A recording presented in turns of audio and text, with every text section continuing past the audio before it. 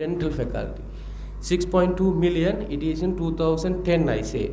That may be doubled now. So second one is veterinary. Third one is medicine, 5.8 million. Fourth one is agriculture. Engineering is, I think, seventh one or something. It's 4.2 million. So this amount of money spent on you, that is the direct cost. But if you compare and consider all other indirect costs which government bears, that means not the government means there are no few individuals. Public money, maybe the loan, maybe anything or a grant or whatever, our people are paying. So what I feel, I am obliged to give it back to my people as much as possible. That gives me satisfaction. Me means you all. Not I am individualize the thing. We all get satisfaction when we give it back. If you think that your mother and the father wanted to spend this amount of money, probably most of us will not be here. 100% I will not be here. My parents would have not been able to spend this amount of money to make me a consultant administrator at this moment, because that also given free of charge. Postgraduates up to PhD, MD, whatever the level, with the payment of money. Sometimes we get overtime also when you are studying for the visits and all other activities. So this is actually the gratitude we have to show to the country. What is the mean we can pay back that guarantee to the people to serve our people. Wherever we are, we have to serve the people maximum wholeheartedly. That is very important. What the consultant Dr. Dilan, I have seen, we have investigated last 2 years the complaint made by the patients. More than 99%. People doesn't know any technical issues, what we are doing correct or wrong, scientifically correct, nothing they know.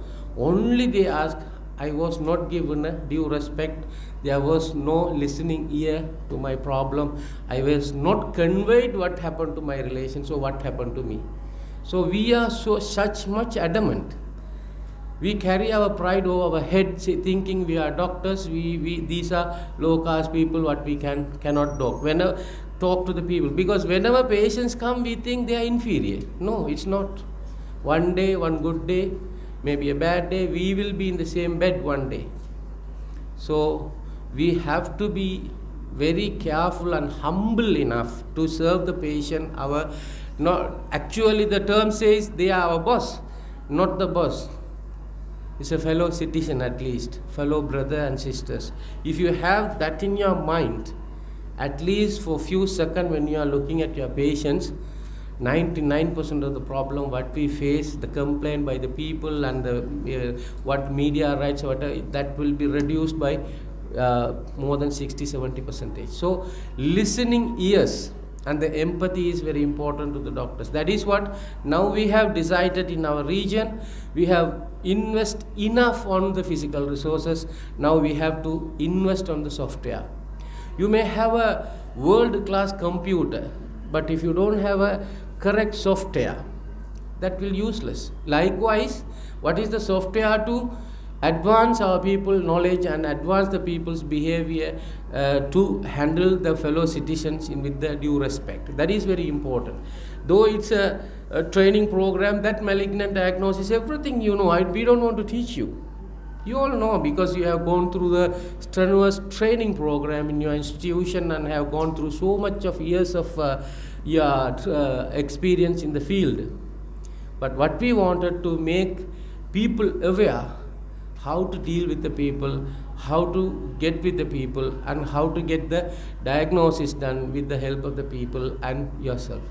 So this is our humble request. Whoever who comes here, Dr. Dilan, I request this. Just talk to the people. Just respect the people. At least respect as their fellow citizen, as a human being. Because the complaints, whatever we get here, 99%, they say, they didn't respect me.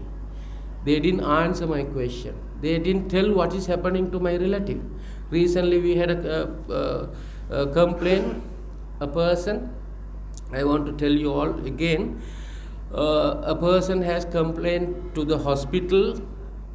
He himself committed a mistake, but he says at his positive point, he says, I came with my wife to that hospital. We get down from the three-wheeler and my wife walked to the hospital. She walked about 150 meters to the ETU. But all of a sudden she got fainted and the treatment done. They changed this bed to that bed. Whenever I ask what's happening to my wife, no one answered me. They said, go out. Sometimes consultants say, are you a consultant? No, am I a consultant? Are you a doctor? Me, I know everything. No. They know, that is what they have come to you. You know everything on their disease, that is what they have come to you. So you don't want to reiterate on that, or you have to stress on that you are a consultant or a doctor. But the patient said, my wife there, and they transferred to a bigger hospital. She succumbed. She died. So she said, what happened? She walked in the hole. Actually, he committed a mistake that she had a heart attack. Since she walked, it has been provoked. That means it has been, the heart would have been overloaded. But unfortunately, she died. He asked the hospital. He was not given a proper answer.